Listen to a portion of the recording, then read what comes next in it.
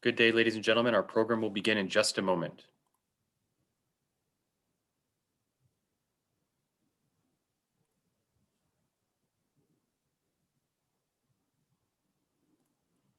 Good day, ladies and gentlemen. Our program will begin in just a moment.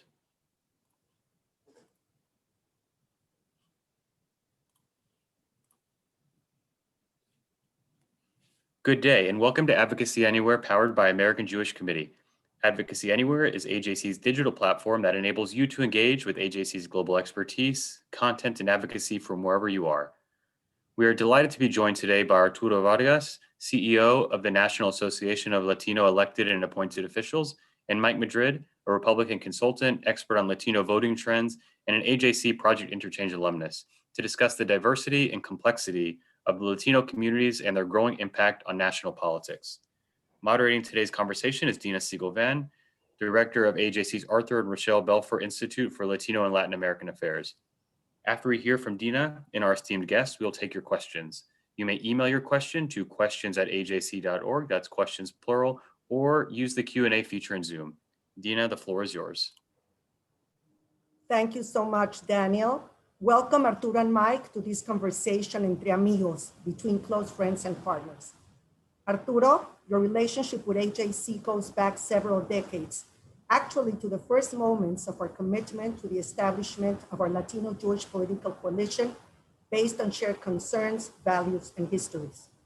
You have truly been an incredible partner.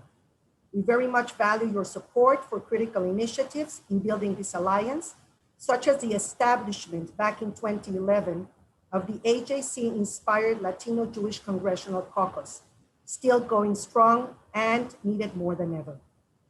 The impressive bipartisan organization you lead, the National Association of Latino Elected and Appointed Officials, now boasting close to 7,000 members, works to ensure a democratic, inclusive, and united nation, high aspirations shared by AJC.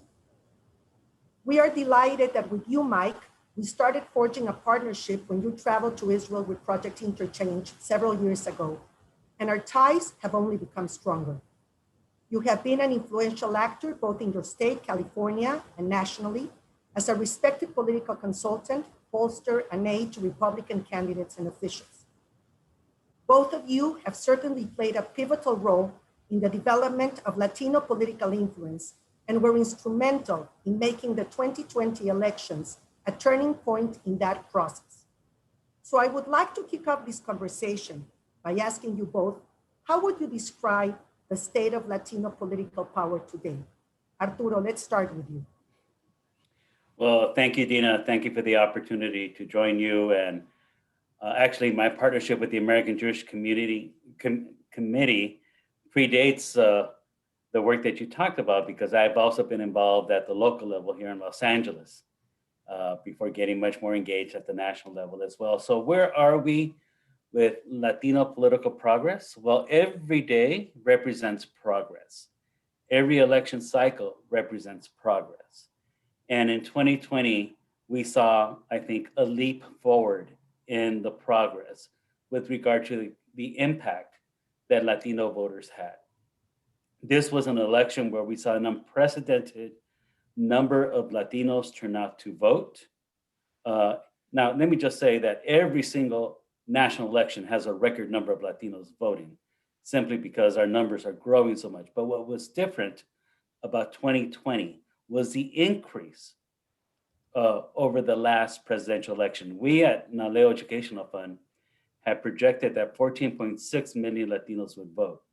It appears that we were much closer to 16 million. Now, there certainly is tremendous amount of room for improvement, given that about 32 million Latinos in the United States are citizen adults. But nonetheless, the fact that we had this tremendous increase, I think, represents a leap forward. And we're going to do everything we can at Naleo Educational Fund to continue on that trajectory. Thank you. Mike? Thank you so much for having me. It's always an honor to be with the AJC. I was noticing that 3 years ago today, I was with you in Israel at Project Interchange, and it was a life-changing event, and I think helped really reestablish the need to have respective communities working together to make sure that various diverse voices are heard. I think Arturo put it very well, is every election cycle for the rest of our lifetimes, certainly presidential elections, we'll see a record number of Latino voters coming to the polls simply because it's mathematics, the numbers and the changing population demand it. I think it's very important to understand that I do believe for the first time, 2020 was truly a threshold year. And the reason is because Latinos surpassed Black voters as the largest minority, ethnic minority. And the numbers are compounding rather quickly now. It's like those compound interest tables that we're also familiar with. Is it starting to get exponential returns now, and where our community for the past 25 or 30 years has been really relegated to just a handful of states, many of which were already decided because they were in Texas, which was overwhelmingly red, or California, which was overwhelmingly blue. You saw Latinos actually having a very significant impact in states like Georgia and Pennsylvania, Wisconsin, North Carolina. Every year we add to the map of which states are going to come into play as the Latino vote expands.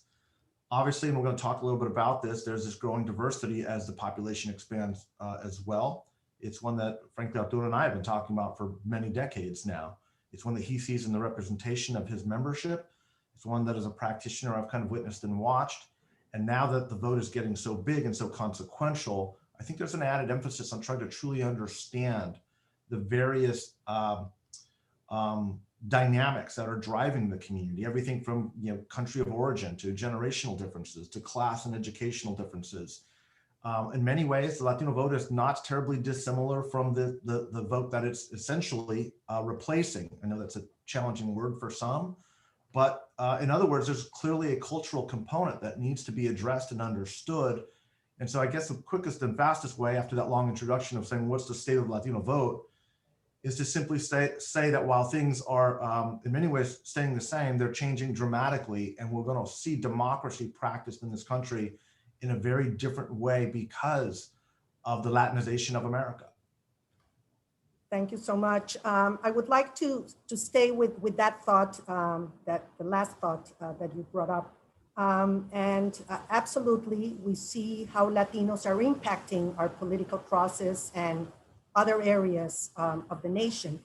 But we've also seen that lots of analysis after the elections underscored failed strategies which were aimed at Latino voters based on overgeneralizations or oversimplifications of the diverse and complex U.S. Latino communities, which you mentioned, country of origin, generation, etc.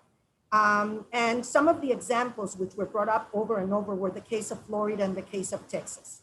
Can you both share your views, first of you, Mike, about these wrong perceptions, prevalent election after election, including on the Latino agenda? We always hear that immigration is at the top of the list of Latino priorities, or sometimes we hear that it's even the only issue that is important to Latinos. Can you please clarify and set the record straight once and for all about the complexity, richness, and diversity of our communities? Yeah, there's a lot to unpack there with that question. The first thing I do want to address is sort of the Florida, the Miami-Dade Cuban situation. I don't want to spend a lot of time on it. No disrespect to my Cuban brothers and sisters, but it's just not that big of a vote. It's consequential because it's 6% of the electorate in Florida, and it overwhelmingly voted for Donald Trump in a multi-generational Cuban coalition. And so it's important for that reason, but it's a very, very small segment of the actual Latino population. And again, every vote is important. Every aspect is important. There are reasons why it has a disproportionate amount of influence on our political system, but it's truly not reflective of the growth, the explosive growth that is happening in the Latino community. So we can talk about that a little bit, but I do hope we kind of just allow for a more representative discussion, I think, of what is going on. Let me say this though, the polling was actually inaccurate across the board. It wasn't just inaccurate with Latino voters. But what I will say is, and to your last point, I think it's a very, very good one. There has been this very, very strong emphasis on issues like issues surrounding the undocumented for the better part of 15 or 20 years. There are a number of partisan pollsters that drive the narrative that this is the #1 issue driving Latino voters. It's quantifiably not true. Does not mean it's not an important issue. because it's an extremely important issue. It's a very culturally sensitive issue. But the data, the empirical evidence has never suggested that that is a driving issue from a voter mobilization perspective. We have 30 years of data, at least 30 years, going back saying the number one driving issue for Latinos is jobs in the economy, followed very closely by education, and sometimes those will bounce back and forth. But most of the time, it's overwhelmingly economic opportunity that is driving Latino messaging. So when you look at the results through that lens of what happened in 2020, and you see Donald Trump actually increasing his vote share in all immigrant communities, by the way, not just Latino immigrant communities, but also in dense Latino precincts, especially in places like Texas, not so much in Arizona and California. We can talk about why there was a differential there with the Mexican-American vote. You begin to understand that the economic concern, the economic populist elements that are driving Latino voters that have not been heard, not been addressed by either major party, are so strong, they're so acute, that they're even overcoming the overt racism of the presidency that was Donald Trump.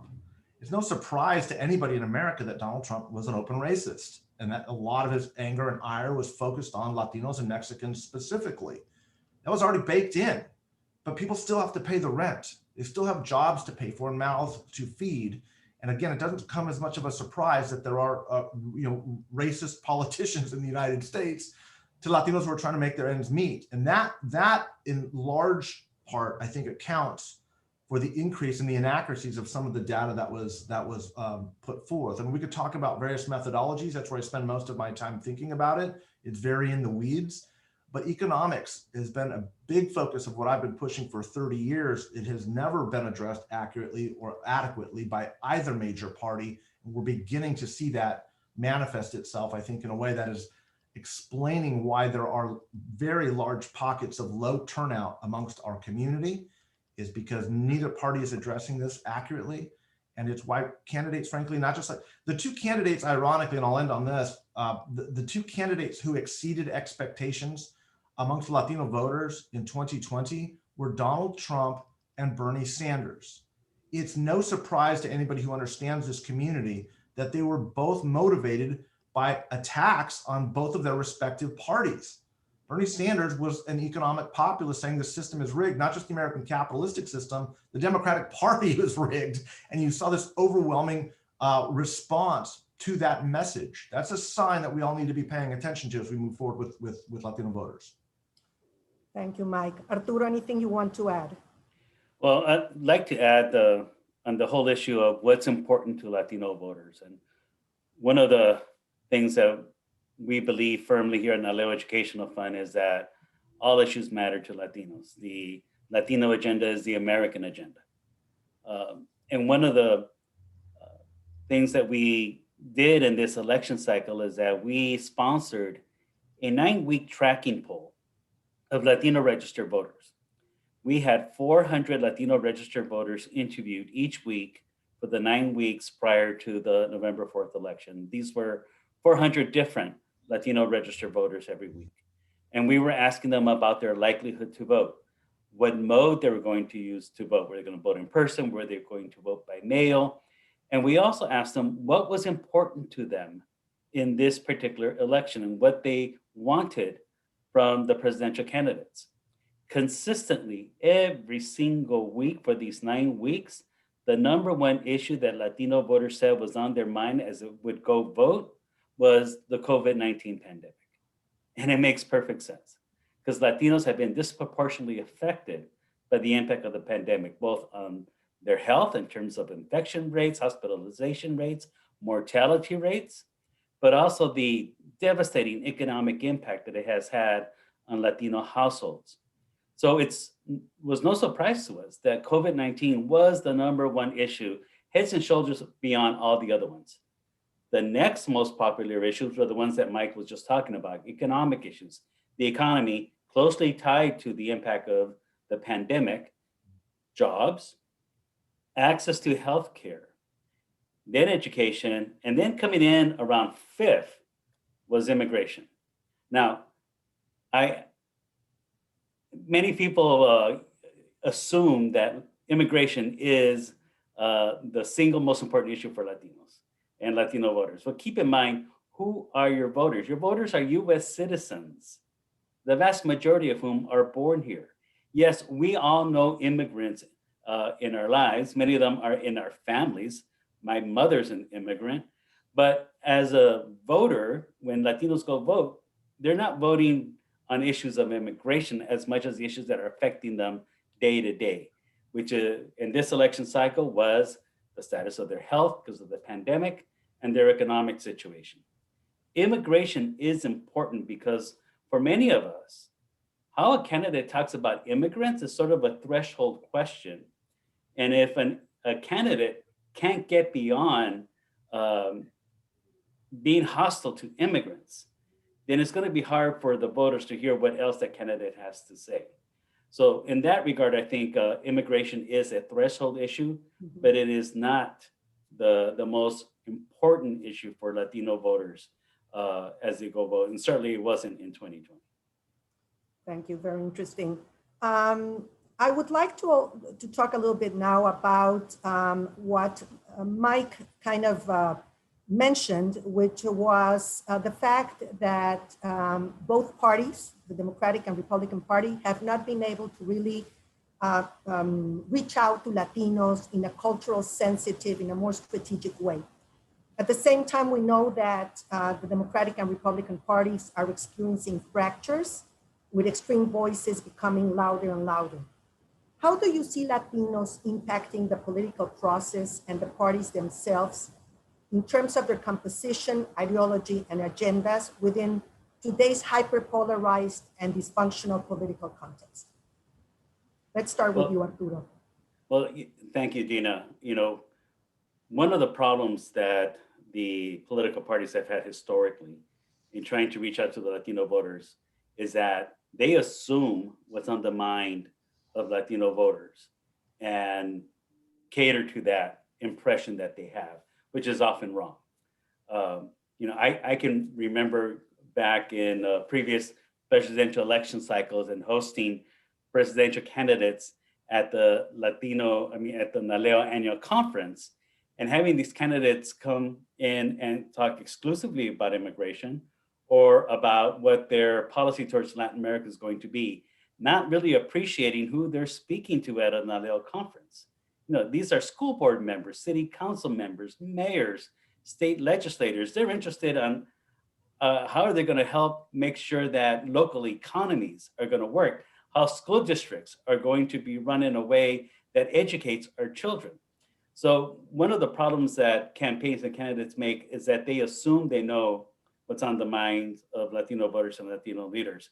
The smart campaigns also are the ones that actually hire expertise from our community who knows the Latino electorate. And that's one of the secrets, I think, that Bernie Sanders understood, in that he hired some very talented political campaign operatives within the Latino community who were able to develop messaging and messages for the Sanders campaign that really resonated with Latino voters, especially young Latino voters. And I'm talking here about Chuck Rocha and others who really delivered for Bernie Sanders because they understood what was on the mind of Latino voters. And so I think the biggest mistake that candidates and the political parties make is that they rely on their, standard political operatives and don't go into our community and hire our experts. What about the extreme voices in both parties that I mentioned? You know, you hear more extreme voices coming louder, and that is also creating noise within the party and in terms of the agenda. How do you see Latinos impacting that or pushing back, or where do you see your role? You know, I think Latinos are as affected by the extremism in our politics today as any other segment of the electorate. But, I think the reality is that Latinos actually, most of them are in the middle of the electorate. You know, there are extremists in the Latino community on both ends, but if you look at the Latino electorate as a whole, there is a big middle in the Latino electorate that both extremes are missing. And I think they run the risk of leaving them out on that. And I think that's one of the hallmarks, I think, of our founder, Congressman Roybal, in that, he understood how to work across party lines. He understood how to, get things done, working with his Republican colleagues in the U.S. House. When he retired, it was one of the most respected leaders for being able to get things done because he worked across the aisles. I think it's a real sad state of affairs where we can't see that kind of give and take today that we used to see 20, 30 years ago in the Congress. We concur absolutely. As a centrist bipartisan organization, we're always trying to find that which unites us and not that which divides us. So, we feel your pain. Mike. Look, it's a great question, and let me answer it by saying this. I believe very firmly, and most of my research and work is pointed in this direction for the next 20 years as we go through this very extraordinary demographic transformation in this country. The party, whichever party is able to win the votes, the hearts, the minds of a multiracial middle class, working class, is going to be the dominant party for the next 2 decades. The Republican Party has a really big problem with the multiracial, multi-ethnic part. They actually speak economic populism. If you poll people at the lower middle class and middle class, working class folks, Republicans do quite well. They win that vote quite significantly, with one exception, and that is the growing Black and brown vote, which rejects the nativism that has arisen and manifested itself in the American right in the Republican Party. The challenge the Democrats have, I think, is equally as challenging, which is its current coalition doesn't really have, and I know this may strike some as challenging, but I think the evidence bears it out. They've got a real problem with the middle class aspect, the working class aspect, where a lot of the policies promoted by the Democratic Party are viewed as openly antagonistic to people who work with their hands, to people who don't have a college degree. And I think that if the party were able to reconnect with its, Franklin Delano Roosevelt roots, the party that my folks, my working class parents, Democrats, were involved in, I think they would start to reconnect with a growing, emerging middle class. And I use this as a setup because without that, to Arturo's point, this middle, without this focus on the middle, that only Latinos as a growing workforce, particularly of non-college educated folks, the essential workforce that is increasingly the backbone of this country's economy, we resort to degrading our politics to the extremes on both the right and on the left. And Latinos find ourselves in a very unique position to bring back a center. And I say this because we are now represented in the House of Representatives in the US Senate by the slimmest majority in the last 70 years. Nancy Pelosi has a very slim majority. It couldn't get much slimmer for Chuck Schumer. And the movement of Latino voters, the small, in 2 ways, the enormous turnout, as Arturo referenced, very important, but also this shift towards Donald Trump put both parties on notice to let them know of both the potential of the vote to win a majority, as well as the potential to backslide if they aren't addressing these questions. One thing that most people didn't realize about 2020 is you did not hear Donald Trump doing what he did in 2016 and 2018. He wasn't talking about building a wall and chanting that at the rallies. He wasn't talking about caravans and MS-13. He's since started to again at the CPAC event, but he was not doing this on the campaign trail. The reason why he was not doing it was because he knew he needed Latino votes. So even Donald Trump, the most openly anti-Latino politician perhaps ever in our country, certainly in the White House, recognized that you cannot speak that way and expect to win elections where the vote is growing and where it's discernible. That's very important to understand that this centrism is a possibility when both parties understand that economics, working class, middle class economics are what builds a middle class center. And us getting away from that has pushed the extremes of both parties to be more nativistic, nationalistic, populist on the right, and more extreme, which voters were clearly responding to as well down ticket, with some of the more social issues, cultural issues that most Americans were afraid of, candidly, and were rejecting.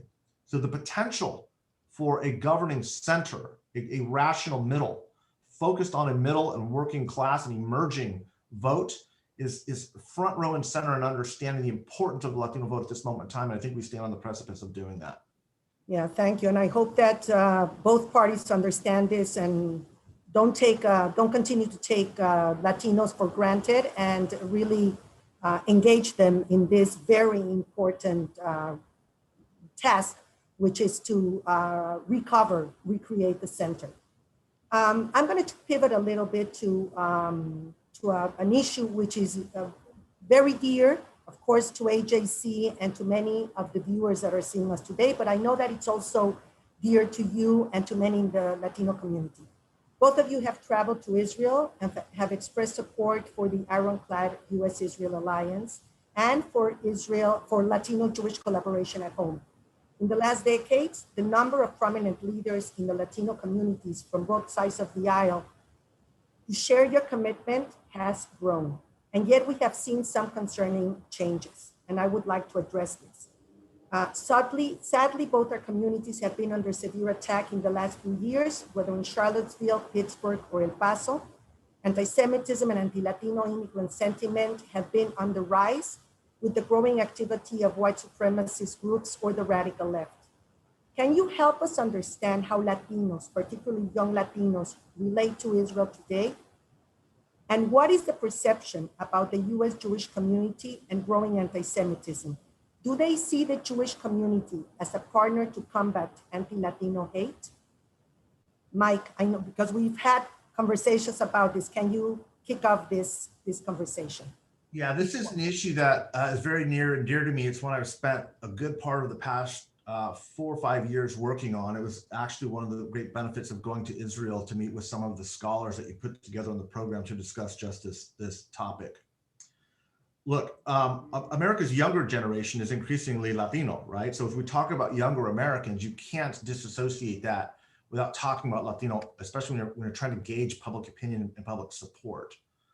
If you gauged Americans' support for Israel 30 years ago for people under 35 and polled it today with the same demographic, you would see a dramatic drop in support. And you see that manifested in the politics of young people today. The reason why, a very significant reason why, is people do not believe, younger Americans do not believe that Israel is an underdog. They don't believe look, when I was growing up, when I was under 35, let's just leave it at that. When I was younger growing up, my parents sat me down and said, you know, Israel is these are our people. These are our friends, a good Catholic democratic home.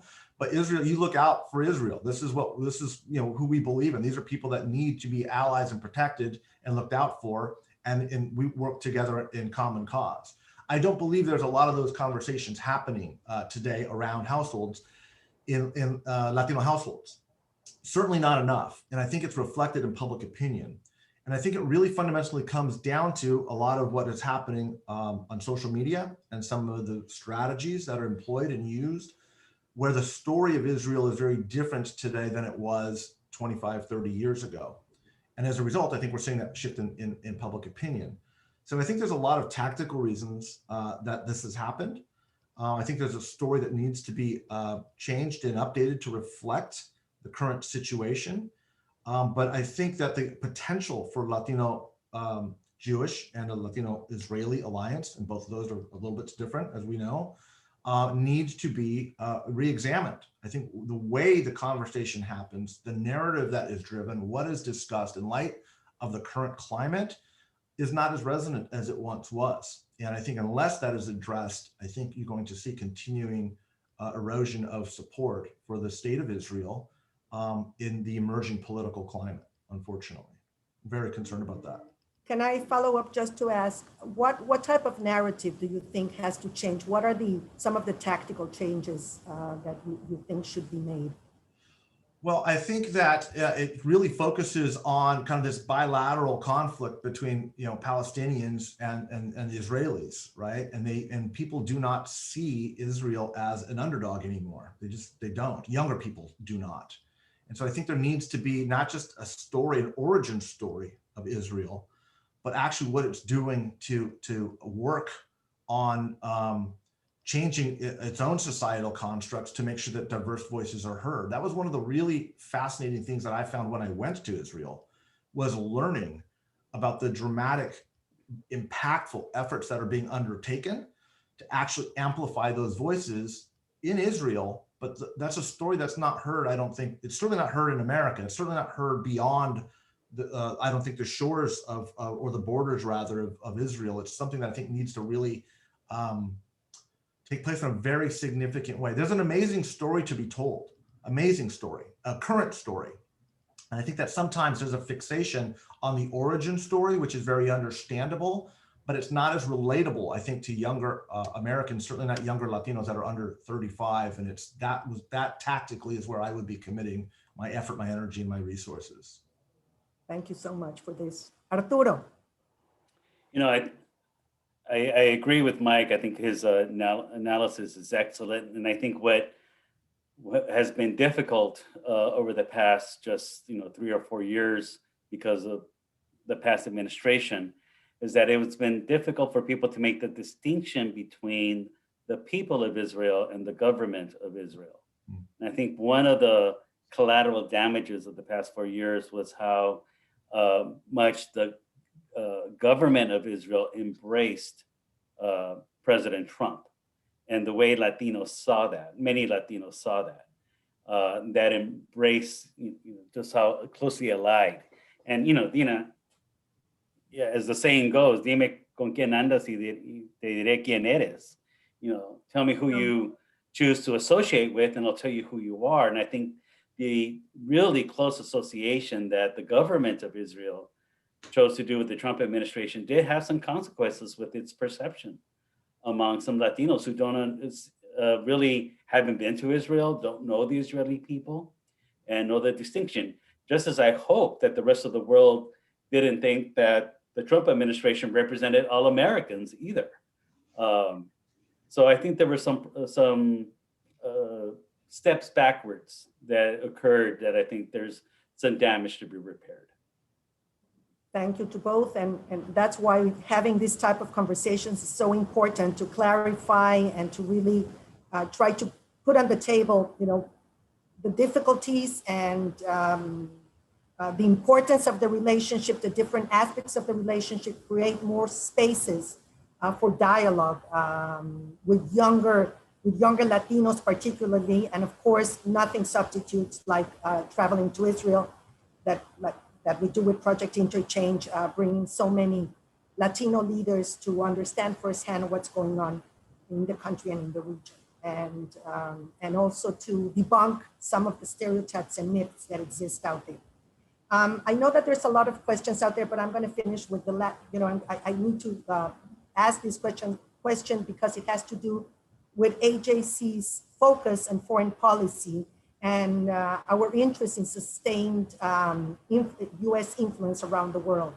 And we are concerned that we don't see more Latinos involved in foreign policy, which, by the way, I think is also one of the problems why there's this black and white maybe attitude towards Israel. There's not an understanding of how global dynamics work. We hope that now with more members of Congress, Latino members of Congress that are in the foreign policy committees and others, that they're understanding that power is exerted not only domestically, but it should be exerted also in terms of foreign policy. Can you explain why there's really very few Latino voices and influential leaders in foreign policy, in diplomacy, etc.? What's going on? Well, I'll try tackling it. It's a really fascinating question. And my first observation is to suggest that it's not atypical of a lot of institutions, governmental institutions, where the practitioners actually follow representation. It's why the work of Naleo and what Arturo's been doing for so many years matters, is because you have to have elected officials who demand that representation in our government. It's not just enough to have Latino elected officials. They have to be the actual decision makers in the policy apparatus. I'll also say this, I'm a graduate of the School of Foreign Service of Georgetown University, which is really the feeder school for the diplomatic corps, for the foreign service officers. Most foreign service officers that are received some education at what we call the SFS, the School of Foreign Service.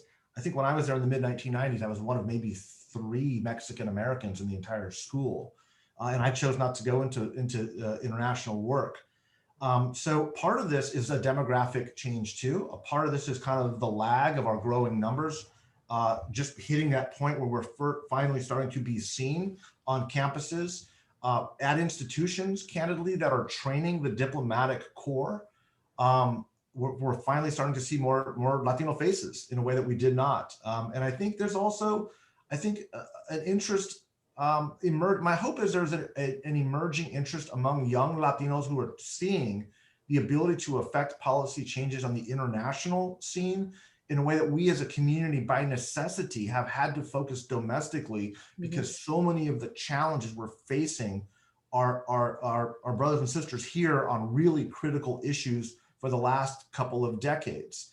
And I think as we start to resolve some of those domestic issues, as we have started to see more representation, the beauty of the moment, one of the beauties of the moment, I think, is we can now begin to expand our horizons. And so my hope is that not only were more young Latinos going to schools where I went to study, foreign service, to become foreign service officers, but that our institutions of higher learning will start to see benefit, and our country benefit by seeing more diverse voices and faces representing us in the diplomatic corps and in the foreign service across the globe. Thank you. Arturo, do you have anything to add? And you brought up this question as we were preparing for this panel, and I've been giving it some thought, and I've been observing, our elected officials who are in Congress and what they focus on. Same thing at the local level and at the state level. And it's occurred to me that, what's happening is that, when your house is on fire, it's hard for you to take a look and see what else is going on around in the neighborhood, because there's such a crisis happening at home. And many of our elected officials are expected to respond to the immediate crisis at hand.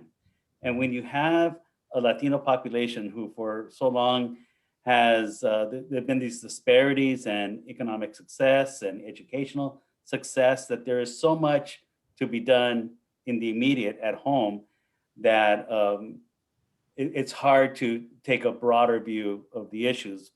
But I also think that as the world has become smaller through technology, that the growing understanding that there is so much interconnectedness of our societies around the world, that people are understanding that. And I think one of the things that is going to drive more Latinos being involved in issues of international relations is the whole debate around the environment, because you cannot deal with the environment if you're only going to be dealing with what's around you, here in the United States. It is a global issue. And in many respects, even this pandemic may even give people a broader view of the challenges we have as a world and not just as a nation. So we're sure we're going to see, Latinos much more involved in every area of expertise in the U.S. And of course, with Latin America, such an important region for Latinos, because of their native, either native connections or family connections or whatever. This is going to become increasingly important. And as you say, that sense of interconnectedness will only make Latinos more interested in global affairs. So with that, Daniel, I return it to you.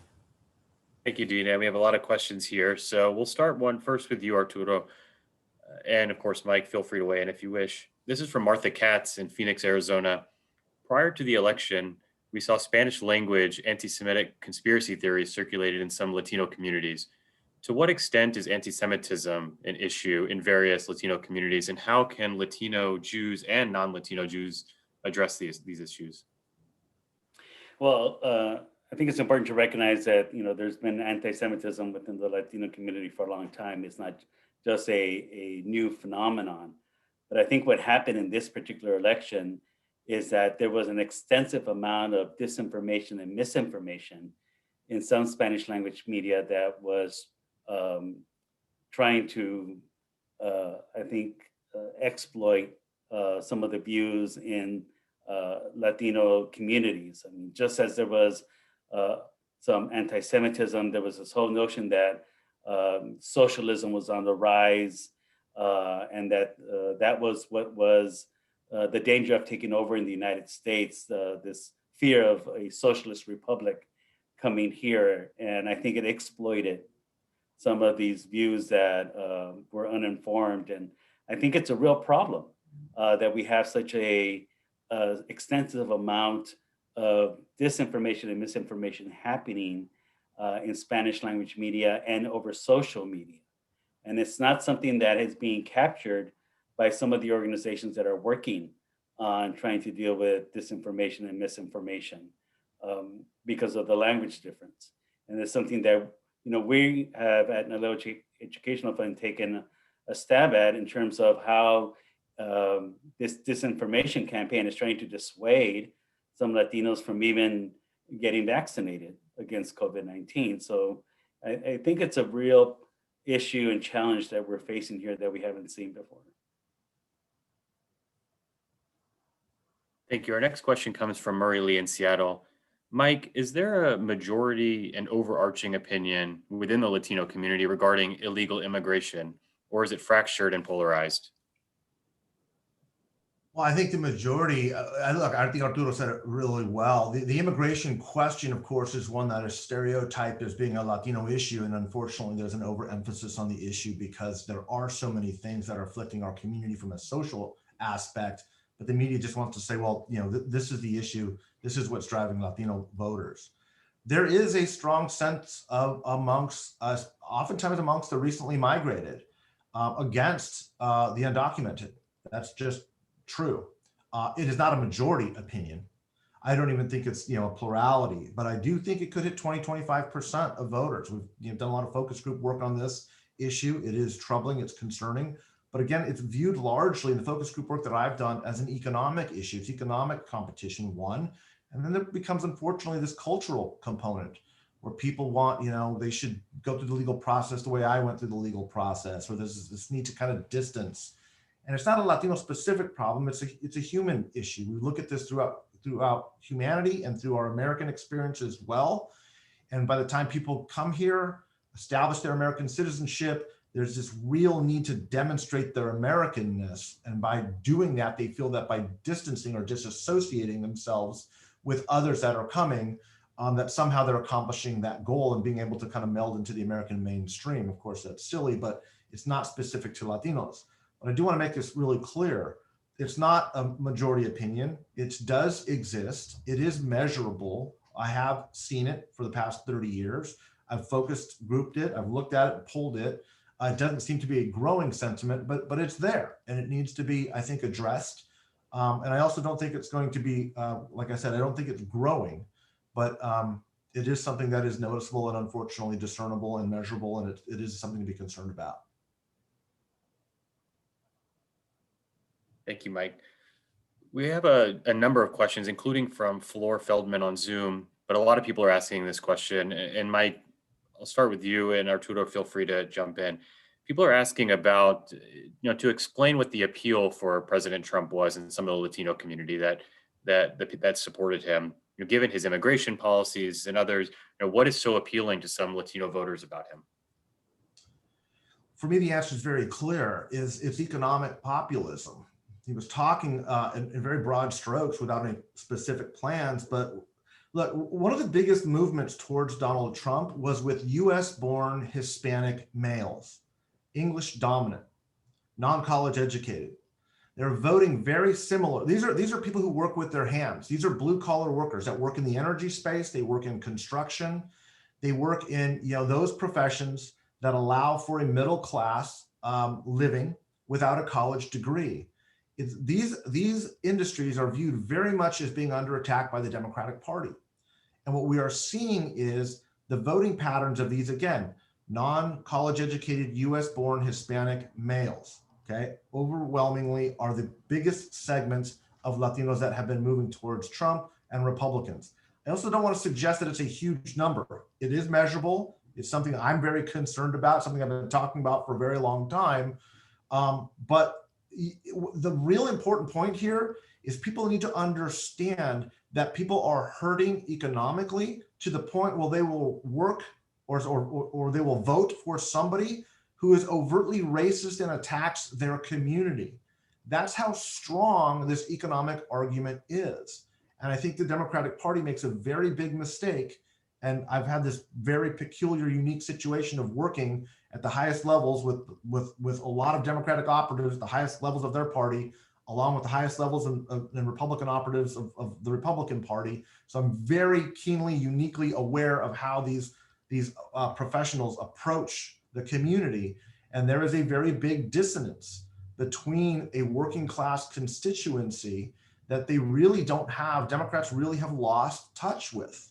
They're not speaking to a policy agenda that meets the needs of working class folks. They have relied, unfortunately, too much on the overt racism of the Republican Party. You would think conventionalism would tell you that that is enough, and it has been enough for some time. But it also manifests itself in very unfortunate ways. Low voter turnout. If Democrats aren't talking to their own voters, especially working class people and working poor, about issues that are going to solve their problems, and you've got another party that's overtly racist and attacking them, there's no reason to vote. And so that dynamic has to change. There has to be a focus, as I said earlier, the party that can speak to a multiracial working class is going to be the dominant party of the next generation. Both parties have their struggles in regards to accomplishing that. You know, what I would add to that is, let's not forget that Latinos voted against Donald Trump 3-1. Yeah. So, by any standard, a candidate that wins an election 3-1, that would be defined as a landslide and a mandate. But somehow, when it comes to the Latino electorate, we don't see it that way. People want to know, well, why were 95% of Latinos united against Trump? Well, the fact is that you do have a segment of our community that is a solid Republican electorate, and they're going to support their standard bearer, just like other Republicans did. And also, as I alluded to earlier about this misinformation campaign, I think this whole notion that a Democrat equals a socialist did resonate with some voters who were particularly sensitive to this whole notion of socialism creeping into the United States. And I think it really misinformed and misled some of those voters about what the Democratic message was. And on some level, the Democratic Party was never able to really counteract that messaging that, especially in Florida, for example, that the Republicans were exploiting for the past 4 years. So I think that all contributes to that vote as well. Thank you. Our next question comes from Daniela Gruber in San Diego. Demographic changes could continue to reshape the electoral landscape in future elections. While Texas is not currently considered a battleground state, demographic shifts have led some to wonder if the state could become more competitive politically down the road. Mike, we'll start with you first. Do you see that happening? And if so, what role will the Latino vote play in this shift? It's a great question. It's one that I've been examining for a very long time. If you took Texas and California and took the names away from them, kind of like the old, Pepsi and Coke taste challenges, demographically on paper, they look very, very similar. They're both, basically a plurality white and Latino, and they've got Black and increasingly significant Asian Pacific Islander communities. One has been kind of the standard bearer for the right, the other has been the standard bearer for the left. The question becomes why? The real answer is because whites in California vote 50-50. They have historically been, when I was young, rich, old, and white meant you were a conservative Republican. Today, rich, old, and white means you are a progressive Democrat. Okay? Republican Party is not the party of rich, old, white people anymore. That's the party of the Democratic Party. But poor whites, where there's a lot of poor whites, poor rural whites in California vote Republican. That's where the Republican Party still exists. Texas has largely been reflective of that demographic change. Whites have overwhelmingly voted for Republicans up until recently, and the economic changes around Austin and Houston and Dallas and the emerging new economy workers, where a lot of college educated whites have moved the needle towards a more purple positioning. And this gets to kind of Arturo's point earlier. The reason why, and he's exactly right, there's very little good news for the Republican Party on the outcome of the elections, losing 3-1. Those are horrible numbers. They're not just bad, they're horrible numbers. But the increase of the Latino vote with Mexican Americans happened almost entirely in Texas. And had that shift not occurred, you would have seen Texas being very competitive. Democrats have believed, because Texas was becoming more Latino, that it was going to move the way of California. And that's never been correct. The reason why Texas will move purple is because of white college educated voters first. And that's what you're already beginning to see, is that movement towards the middle from Texas is a function more of white college educated suburbans that are turned off by the Republican Party than they are by increased Latino turnout. Because even though you're getting increased Latino turnout, a lot of it is still breaking Republican. And the reason why I say you need to focus on a working class agenda is specifically for that reason. If you didn't have Donald Trump winning some of these communities and precincts in the Rio Grande and in West Texas and the border communities the way that he was, you would have seen Texas far, far more competitive. So Texas is moving into that position. It has been for 8 years. Ever since the McCain-Obama campaign, you are seeing a decline and erosion in that support. It will become a blue state. Most of the Sun Belt is. It's why at the Lincoln Project, I invested very heavily in Georgia and very heavily in Arizona. The Sun Belt will become the new base of support for the Democratic Party, largely because of white college educated workers as much as Latino voters. And so Texas, it will probably fall next, but it was probably be the next presidential election before we see it. The midterms, I think, will be a very big challenge.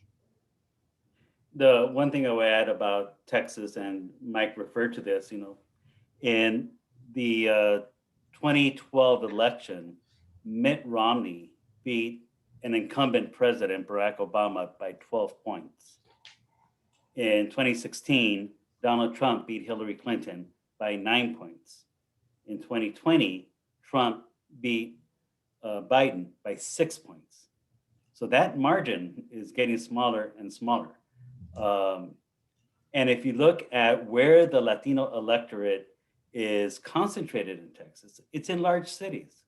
It's not concentrated in the Rio Grande Valley. It's overwhelmingly Latino in the Rio Grande Valley, but it's not as heavily populated as San Antonio, as Houston, as Dallas, as El Paso. And if you look at where are the Democratic strongholds in Texas, it's in the large urban areas where the vast majority of Latinos reside. Thank you. We have time for one more question that I would like both of you to address. And we're getting variations on this question from a number of people. So I'll read one from Samantha Flick on Zoom.